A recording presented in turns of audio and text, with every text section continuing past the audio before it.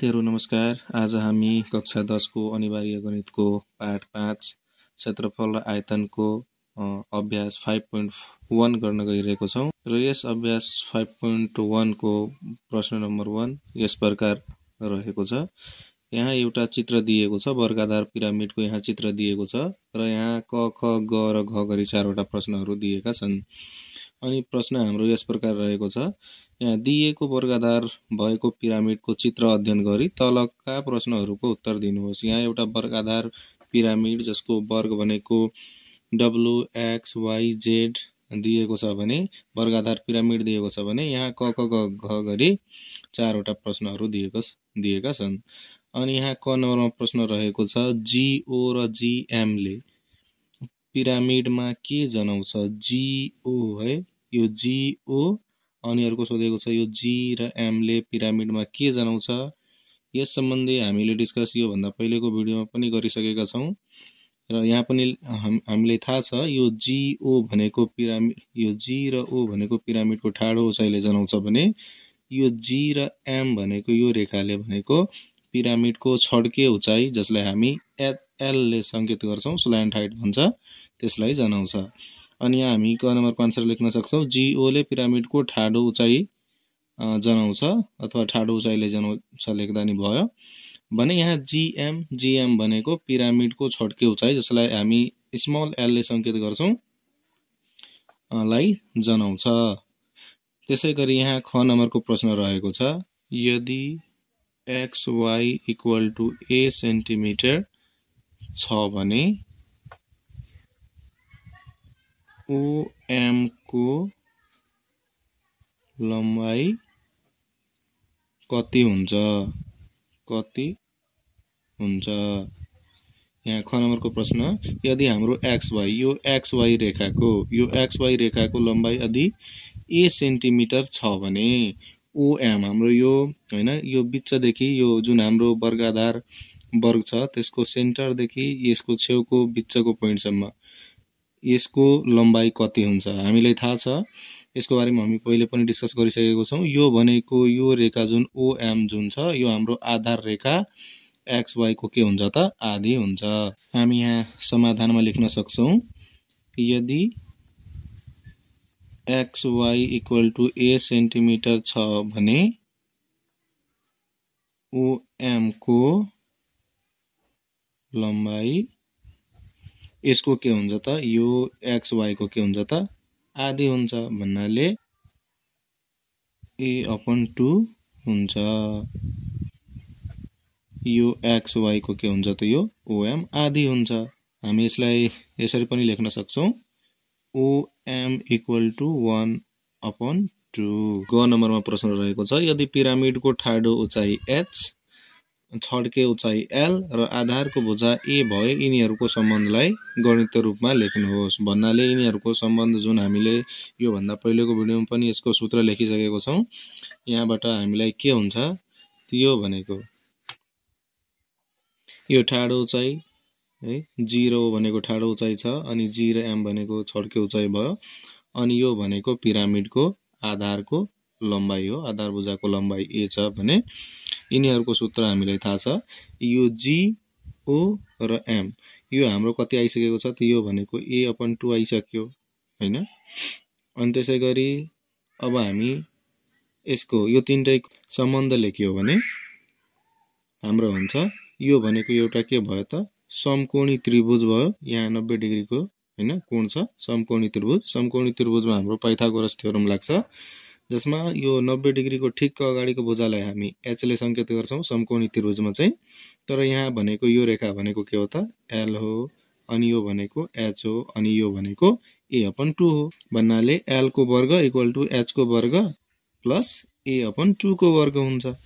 हामी अब यहाँ समाधानमा लेख्न सक्छौं, L को वर्ग हैन H को वर्ग प्लस a/2 को वर्ग जुन चाहिँ हामी पाइथागोरस थ्योरमबाट लेख्न सक्छौं। पाइथागोरस थ्योरमले भने अनुसार हुन्छ। पाइथागोरस साध्य अनुसार हाम्रो घ नम्बरको प्रश्न यस प्रकार रहेको छ, दिएको पिरामिडमा GZ, GY, GX र GW लाई के भनिन्छ? के यिनीहरू एक आपसमा बराबर हुन्छन्? अब हामी यहाँ पिरामिडमा हेरौँ त GZ हैन, GY, GX र GW भनेको के हुन् त? यिनीहरू भनेको पिरामिडको किनाराहरू हुन् र हाम्रो वर्गाकार पिरामिडमा यिनीहरू सबै चारवटै किनाराहरू बराबर हुन्छन्। अब हामी यहाँ समाधानमा लेख्न सक्छौं GZ अनि GY अनि GX र GW लाई पिरामिडको किनारा भनिन्छ। पिरामिडको किनारा जसलाई इंग्लिशमा एज भन्छौं र यसलाई स्मल इलेजोनाइन्छ भनिन्छ र यिनीहरू एक आपसमा बराबर हुन्छन्। हो, यहाँ लेख्न सकिन्छ, हामी लेख्न सक्छौं हो यिनीहरू एक आपसमा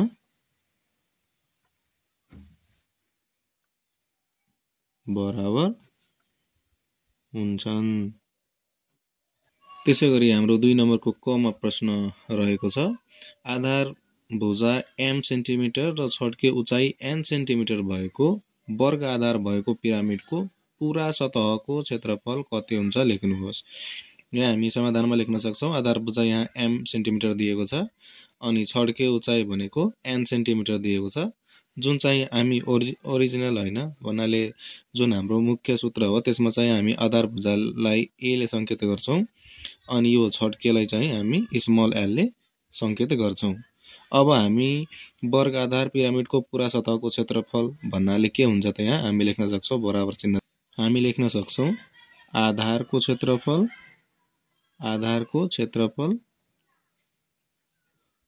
प्लस छड्के सतहहरूको क्षेत्रफल, छड्के सतहहरूको क्षेत्रफल हो। अब आधार भनेको के हुन्छ त? आधारमा भनेको वर्ग हुन्छ, त्यसैले लम्बाइको हैन जुन वर्गको लम्बाइ हुन्छ त्यसको हामी वर्ग हुन्छ यसको क्षेत्रफल। अनि यहाँ भनेको आधार भुजाको लम्बाइ भनेको m छ, त्यसैले भनेको यसको m को वर्ग m स्क्वायर प्लस छड्के सतहको हाम्रो सूत्र के हुन्छ त? हाम्रो यसको मेन सूत्र भनेको a स्क्वायर प्लस 2al हुन्छ हैन। अब a भनेको आधार भुजा भइगयो, यहाँ a को ठाउँमा हाम्रो m छ त्यसैले m को स्क्वायर। अब यो 2 अब a भनेको आधार भुजा जुन यहाँ के छ त m छ अनि l भनेको छड्के उचाइ हो, पिरामिडको छड्के उचाइ जुन यहाँ हाम्रो n ले संकेत गरेको छ, n भन्नाले हाम्रो के हुन्छ त m स्क्वायर प्लस 2mn भनेको पिरामिडको पूरा सतहको क्षेत्रफल हुन्छ।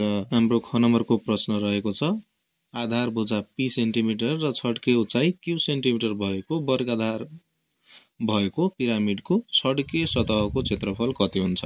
हामीलाई थाहा छ पिरामिडको छड्के सतहको क्षेत्रफलको सूत्र भनेको 2al, जहाँ a भनेको आधार भुजा र यो l भनेको पिरामिडको छड्के उचाइ हो।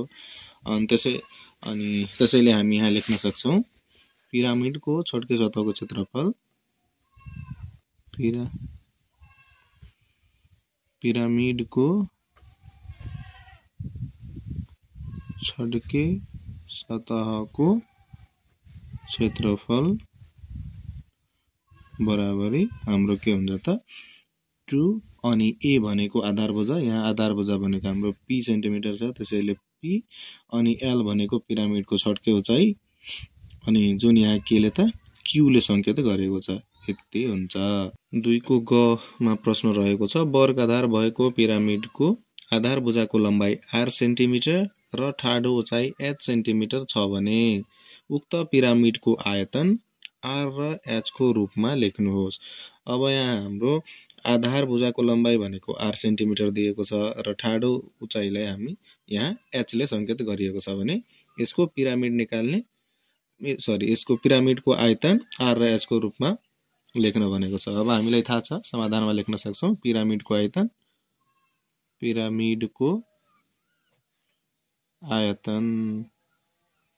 यसको हाम्रो मेन सूत्र भनेको के हुन्छ भन्दाखेरि यो भनेको 1/3 इन्टु आधारको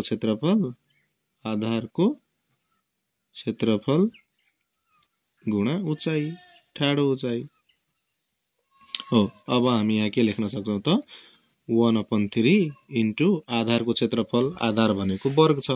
अब वर्गको क्षेत्रफल भनेको त भुजाको स्क्वायर हो।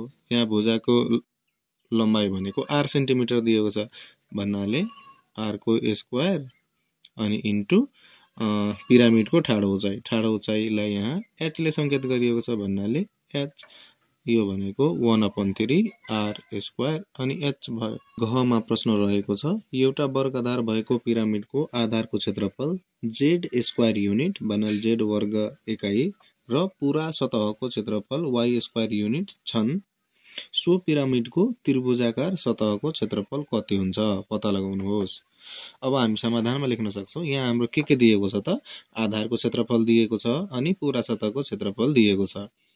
अनि यहाँ सोधेको के छ त त्रिभुजाकार सतहको क्षेत्रफल, जसलाई हामी छड्के सतह पनि भन्छौं। त्रिभुजाकार सतहलाई नै हामी पिरामिडमा छड्के सतह भन्छौं। अब हामी यहाँ लेख्न सक्छौं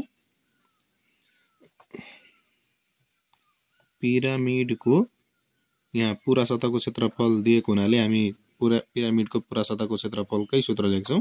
पिरामिडको पूरा सतहको क्षेत्रफल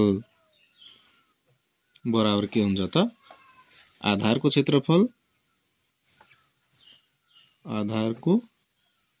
क्षेत्रफल प्लस त्रिभुजाकार सतहको क्षेत्रफल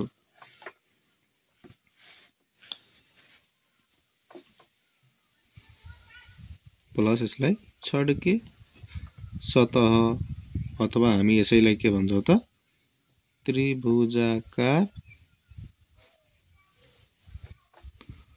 सतह भन्छौं को क्षेत्रफल। अब हाम्रो यहाँ पिरामिडको पूरा सतहको क्षेत्रफल भनेको y स्क्वायर युनिट दिएको छ हैन।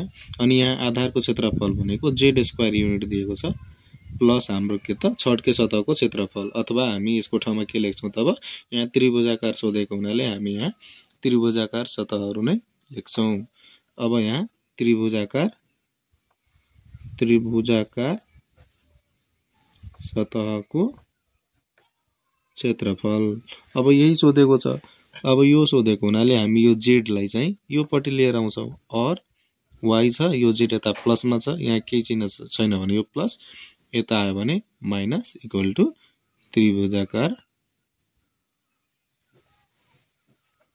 सतहको क्षेत्रफल। यो हाम्रो आन्सर हुन आउँछ। हाम्रो 3 नम्बरको क नम्बरमा प्रश्न रहेको छ एउटा वर्ग आधार भएको पिरामिडको आधारको क्षेत्रफल 64 स्क्वायर सेन्टिमिटर र उचाइ 15 सेन्टिमिटर भए त्यसको आयतन पत्ता लगाउनुहोस्। अब हामी यहाँ समाधानमा लेख्छौं। सबभन्दा पहिले यहाँ दिएको केहरु छ, के मानहरु दिएको छ त्यो लेखौं। दिएको छ यहाँ पिरामिडको आधारको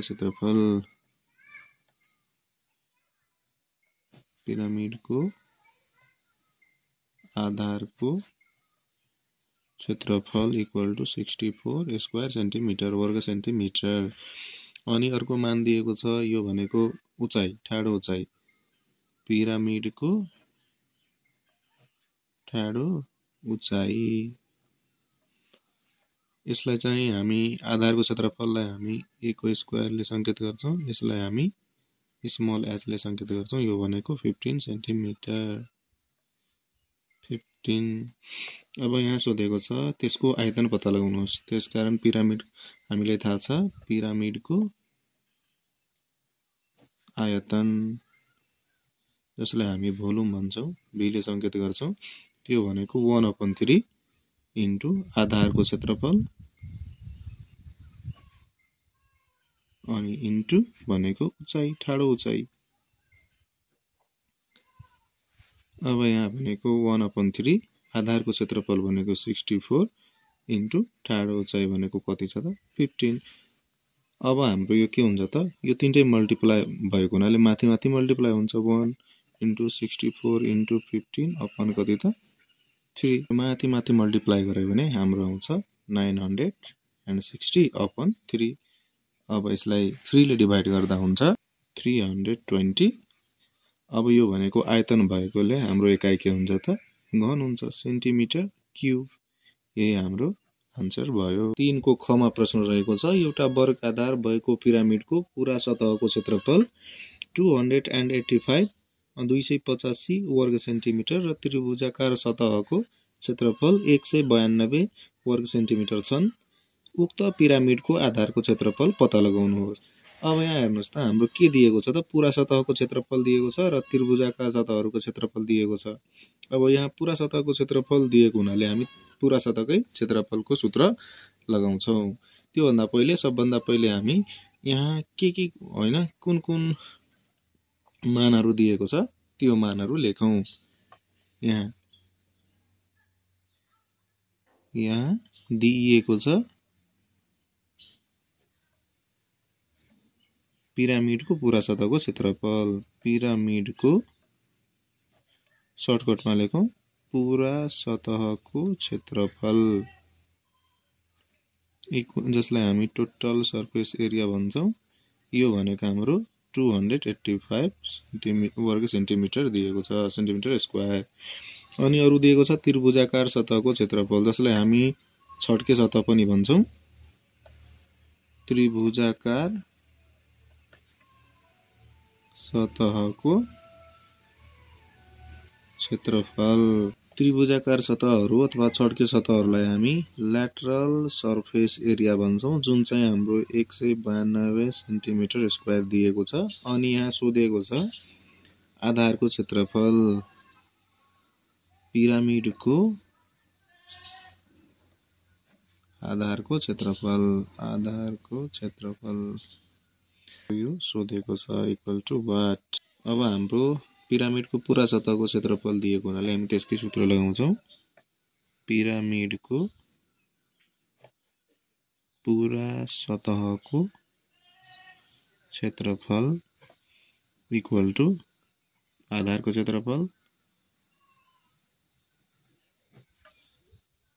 क्षेत्रफल प्लस छड्के सतह अथवा त्रिभुजाकार सतहको क्षेत्रफल। त्रिभुजाकार सतहको क्षेत्रफल।